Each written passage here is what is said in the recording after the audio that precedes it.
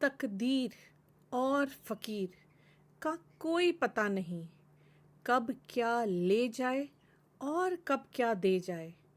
विश्वास करने वालों से ज़्यादा बेवकूफ़ विश्वास को तोड़ने वाला होता है, क्योंकि वो सिर्फ एक छोटे से स्वार्थ के लिए एक अच्छे रिश्ते को हमेशा के लिए खो देता है।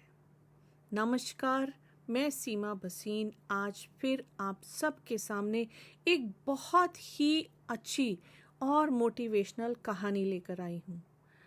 ये कहानी है एक जुलाहे की। एक जुलाहा जो था वो एक गांव में रहता था और उसकी कपड़े की दुकान थी। तो वो आदमी जो जुलाहा था वो पूरे गांव में मशहूर था कि उसको कोई गुस्सा नहीं दिला सकता, उसको कभी गुस्सा आता ही नहीं है। तो एक बार क्या हुआ कि गांव के कुछ लड़कों को एक बार शरारत सूझी। उन्होंने सोचा कि क्यों ना हम इसकी दुकान में जाकर इसको इतना परेशान करें कि इसको गुस्सा आ जाए। हम भी तो देखें कि इसको गुस्सा आता कैसे नहीं। ऐसे कई तरह के लोग होते हैं जिनके पास और कोई काम नहीं होता सिवाय इसके कि वो लोगों को जाकर परेशान करें। तो ऐसे ही एक 4 लड़कों की टोली पहुंच गई उस जुलाहे की दुकान में, उसको गुस्सा दिलाने और उसको परेशान करने।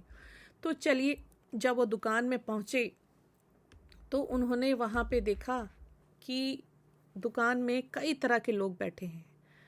अब बार बार पूछने पर भी उन लड़कों ने जवाब नहीं दिया कि उनका दुकान में आने का मकसद क्या है। बैठे रहे बैठे रहे बैठे रहे।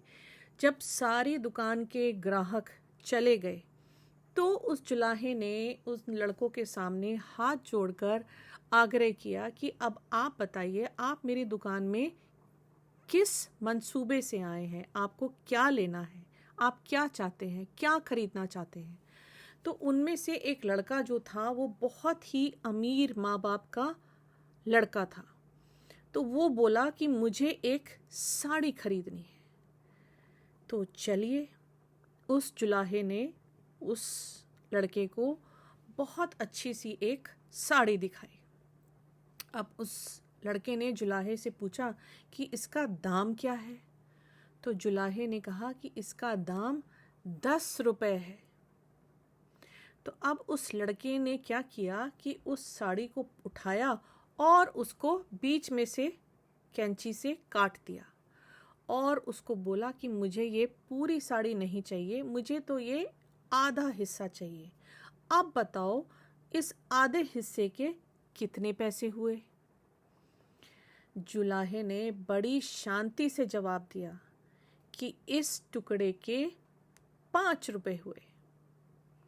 अब उस लड़के ने क्या किया कि उस टुकड़े को उठाया और उसके फिर 2 टुकड़े कर दिए और पूछने लगा जुलाहे से कि अब तुम बताओ कि इसके इस टुकड़े के कितने पैसे हुए।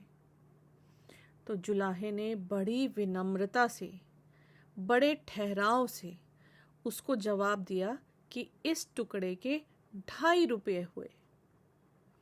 उस लड़के ने फिर से उस कपड़े के उस टुकड़े के 2 हिस्से कर दिए और फिर उस जुलाहे से पूछा कि इसके कितने पैसे हुए।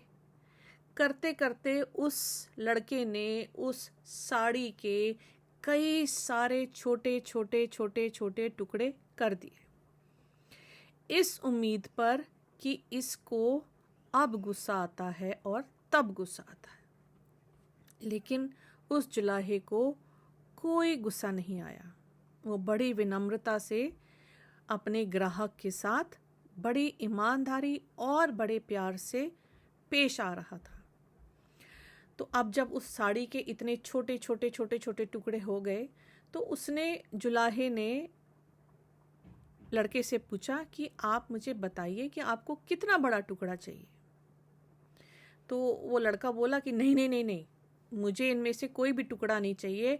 अब ये सारे टुकड़े मेरे किसी काम के नहीं हैं, तो मैं ये टुकड़े नहीं लूँगा।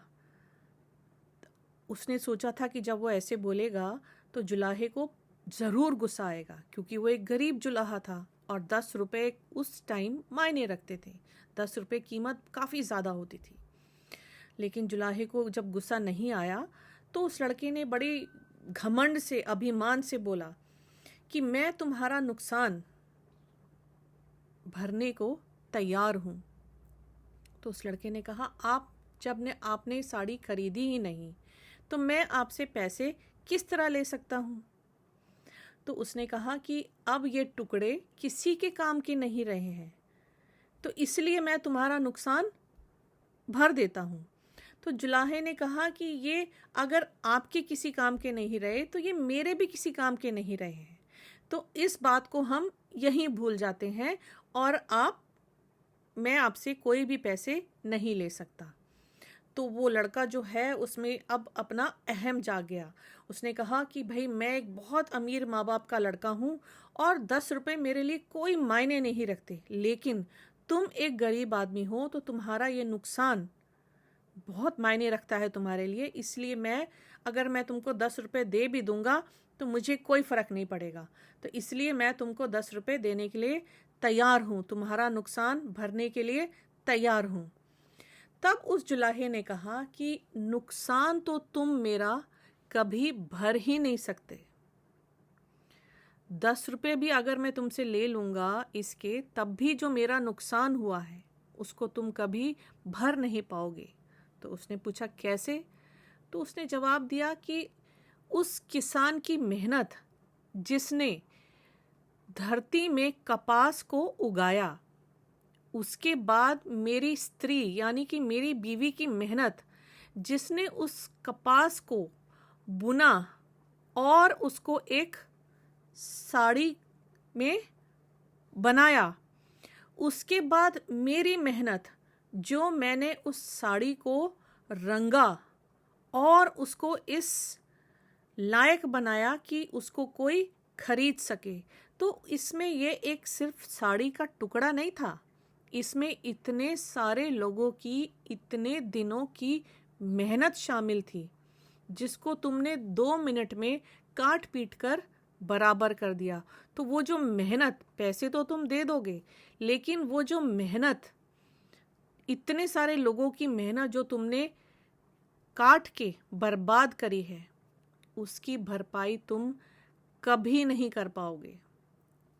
तो इतना कहने के बाद उस लड़के को कहीं जाकर अपनी गलती का एहसास हुआ और वो उस जुलाहे के पैरों में पड़ गया और उसको माफ़ी मांगने लगा और उसने कहा कि आज मेरे को जो सबक और जो शिक्षा मिली है उसको मैं ज़िंदगी भर नहीं भूलूंगा।